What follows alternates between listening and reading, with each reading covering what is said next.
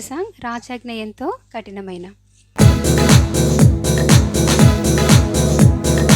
రాజాజ్ఞ ఎంతో కఠినమైన యోగమేటు మోషేను రాసింది.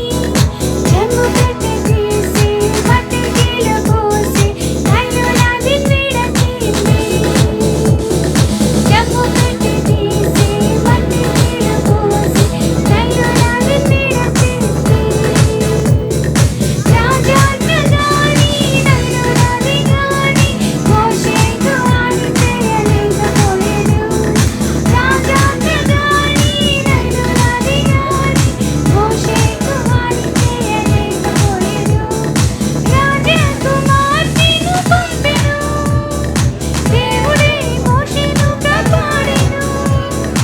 రాజకుమార్తెను పంపెను. దేవుడే మోషేను కాపాడెను. నేను ప్రజలను విడిపించుటకై దేవుడు సిద్ధపరచెను. ఉన్నత దేవుని పని కొరకై మోషేను సిద్ధపరచెను. తన ప్రజలను విడిపించుటకై దేవుడు సిద్ధపరచెను. ఉన్నత దేవుని పని కొరకై మోషేను సిద్ధపరచెను. పసివాడు మోషే రాజకుమారునిగా పెరిగే. ఐగుప్తు సకల విద్యలు నేర్చి ప్రావీణుడాయెను. పసివాడు మోషే రాజకుమారునిగా పెరిగే. ఐగుప్తు సకల విద్యలు నేర్చి ప్రావీణుడాయెను.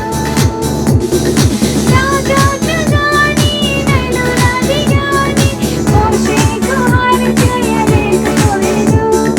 రాజాజ్ఞ గాని నైలులాది గాని మోషేకు హాని చేయలేకపోయెను. రాజకుమార్తెను పంపెను. దేవుడే మోషేను కాపాడెను. రాజకుమార్తెను పంపెను. దేవుడే మోషేను కాపాడెను. తన ప్రజలను విడిపించుటకై దేవుడు సిద్ధపరచెను.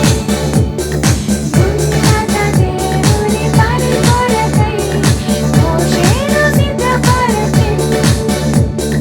తన ప్రజలను విడిపించుటకై దేవుడు సిద్ధపరచెను. ఉన్నత దేవుని పని కొరకై మోషేను సిద్ధపరచెను. మంచిది. మరి ఈరోజు చిల్డ్రన్ డేట్ అయిపోయింది.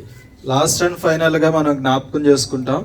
ఈరోజు మనం ఏమేమి నేర్చుకున్నాం? 2 స్టోరీలు నేర్చుకున్నాం కదా, చెప్పాలి.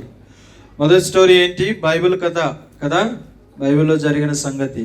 ఏం నేర్చుకున్నాం?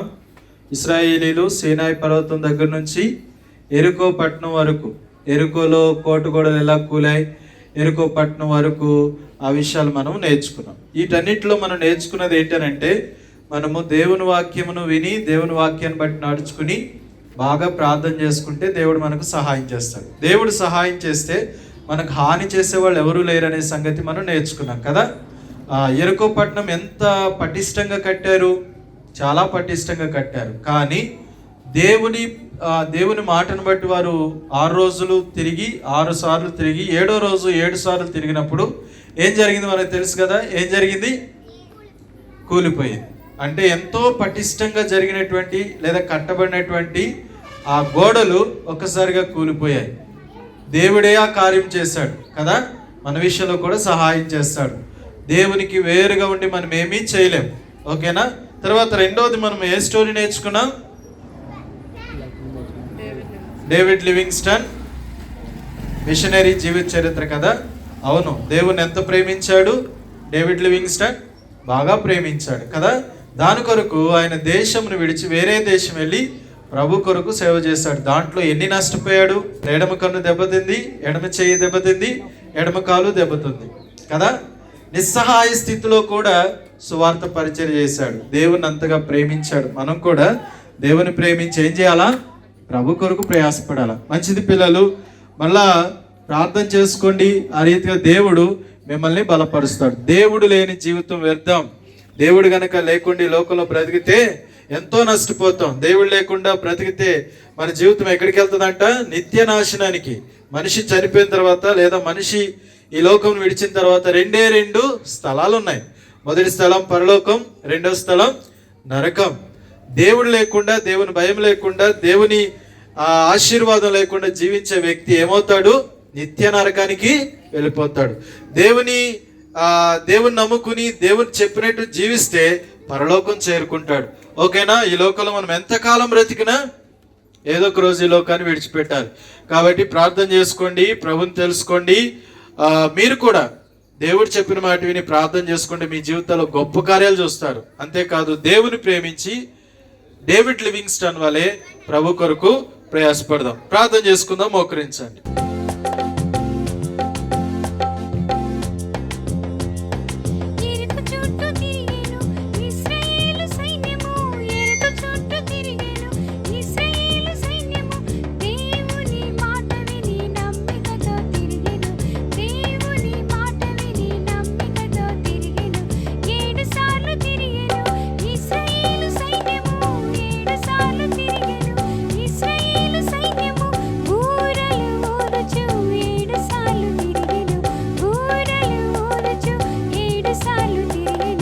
రోజులు నడిచారు.